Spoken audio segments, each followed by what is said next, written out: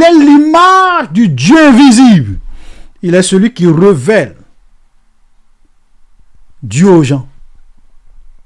Tu n'as pas Jésus, tu n'as pas le Père. Tu n'as pas le Fils, tu n'as pas le Père. Donc il y a des gens qui disent, non, moi j'adore le Père.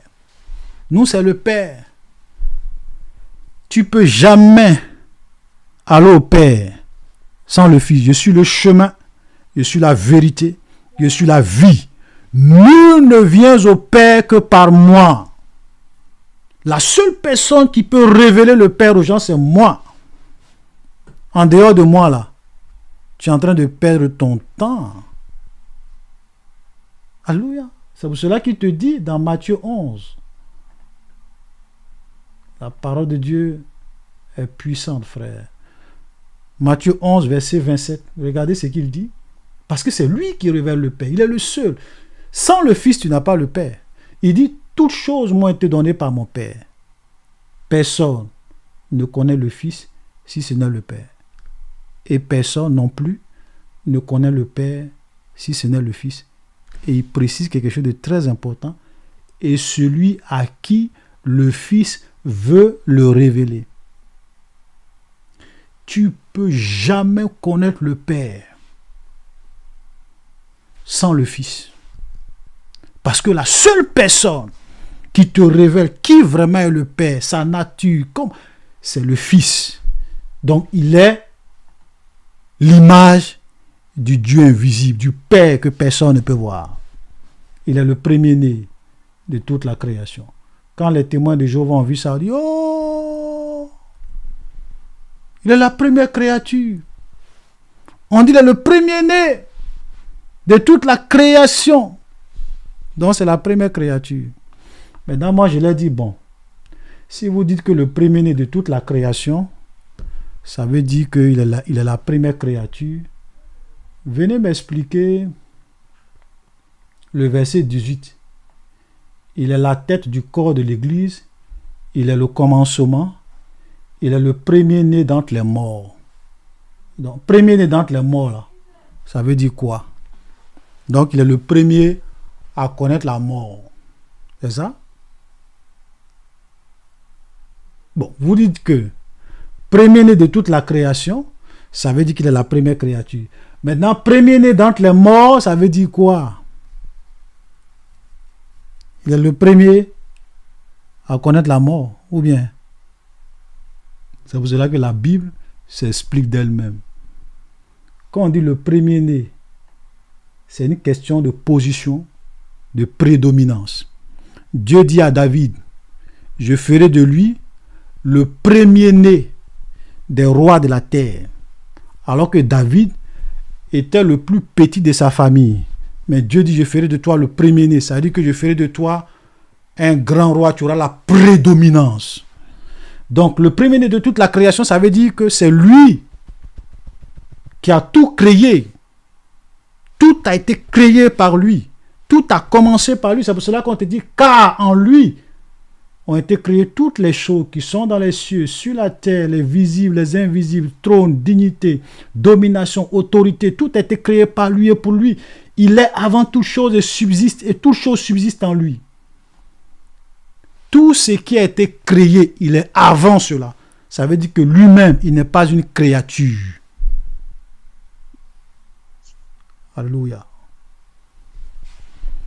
Donc voici Jésus. Donc quand il disait ça, les gens ne comprenaient pas, mais c'est vrai. Alléluia, c'est vrai. Jésus est bel et bien Dieu. C'est pour cela que les gens disent, mais toi, tu te fais Dieu. Et les gens n'avaient pas tort parce que ces éléments de langage prêtaient trop de confusion. Voilà. Donc, verset 38, pardon. Voilà, on va terminer. Mais si je l'ai fait quand même, vous ne me croyez point. Croyez à ses œuvres, afin que vous sachiez et reconnaissiez que le Père est en moi et que je suis dans le Père. Comment toi, une simple créature, tu peux dire ça? Je suis dans le Père et le Père est en moi. Alléluia, allez-y comprendre.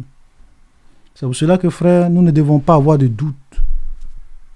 quand vous lisez toute la Bible, tu ne peux pas lire tout le Nouveau Testament et venir dire Jésus n'est pas Dieu. Ce n'est pas possible. Ce n'est pas possible. Donc là-dessus, ils cherchaient encore à le saisir, mais ils s'échappaient de leur main. Parce que quand ils entendent ça, ça les fait encore plus mal. Ils disent, mais ce gars-là,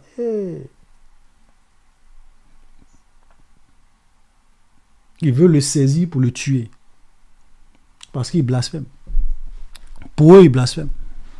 Mais c'est la vérité.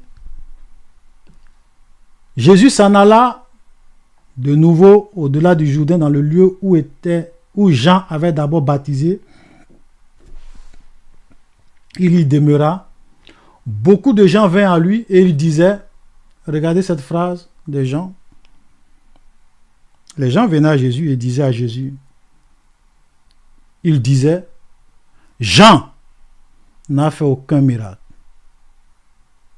Mais tout ce que Jean a dit de cet homme est vrai. Et là, dans ce lieu, plusieurs crurent en lui. Jean était le précurseur du Messie, du Mashiach. Et quand Jean arrive, il est le dernier prophète de l'Ancien Testament. Donc il vient révéler le Christ, celui que tout le monde attendait, l'agneau de Dieu qui ôte le péché du monde, la parole faite chair, Dieu qui viendra lui-même pour sauver son peuple. Il venait pour le présenter, pour le révéler. Et Jean était un puissant prédicateur. Les gens pouvaient venir écouter Jean-Baptiste. Ils étaient frappés, convaincus de péché, convaincus de justice. Mais les gens disent, ce Jean n'a fait aucun miracle. Alléluia. Pourquoi j'ai dit ça? Quel est le témoignage de Jésus sur Jean? Matthieu, chapitre 11. On a déjà fini. Le verset 11 à 12.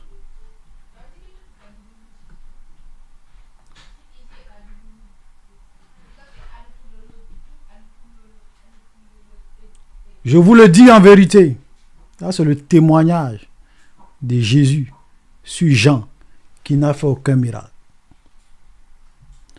Je vous le dis en vérité. Parmi ceux qui sont nés de femmes, il n'y a point paru de plus grand que Jean-Baptiste.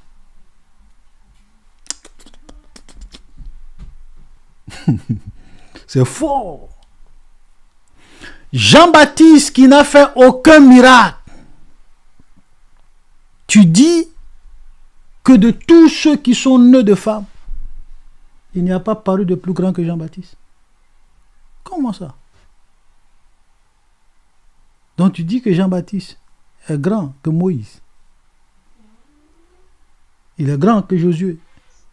Il est grand que David. Il est grand que Salomon. De tous ceux qui sont nés de femmes. Au moment où Jésus parle, il n'y a pas paru de plus grand que Jean-Baptiste. Alléluia. Parce que pour Dieu, la grandeur, ce n'est pas les miracles. Vous savez pourquoi? Parce que les miracles, ce n'est pas toi qui le fais. C'est Dieu qui fait les miracles. Non, tu ne fais rien. En quoi est-ce que tu es grand si tu fais un miracle? En quoi est-ce que tu es grand? Tous les miracles que tu fais, c'est l'Esprit de Dieu qui le fait au travers de toi. En quoi est-ce que tu es extraordinaire?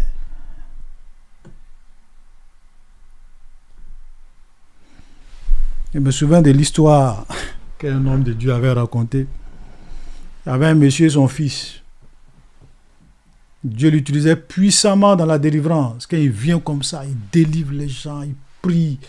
Vraiment, les gens sont possédés. Quand il dit au nom de Jésus, les gens s'en vont, les démons, les gens sont libérés. Et un jour, les gens sont venus avec un fou chez lui à la maison. On dit, mais où est le pasteur? Ah, il n'est pas là. Oh, mais voilà un câble, monsieur là, il est possédé, on est venu. Et son petit enfant, qui n'avait même pas encore 12 ans, il dit, mais moi, il peut chasser le démon. Mon papa n'est pas là, mais moi, il peut chasser le démon. Au nom de Jésus, esprit, pars. Le démon s'est exécuté à la voix du petit enfant. Pourquoi? Parce que lui aussi, il a l'esprit de Dieu. Ouais, des chrétiens, hein, quand ils ont des problèmes. Pasteur, vous priez pour moi. Pasteur, mon enfant a mal à la tête. Pasteur, j'ai fait cauchemar. Tu es chrétien, mais tu n'es pas chrétien. Tu as l'esprit de Dieu ou tu n'as pas l'esprit de Dieu. Je vous ai donné le pouvoir de marcher sur les serpents et les scorpions et sur toute la puissance du diable.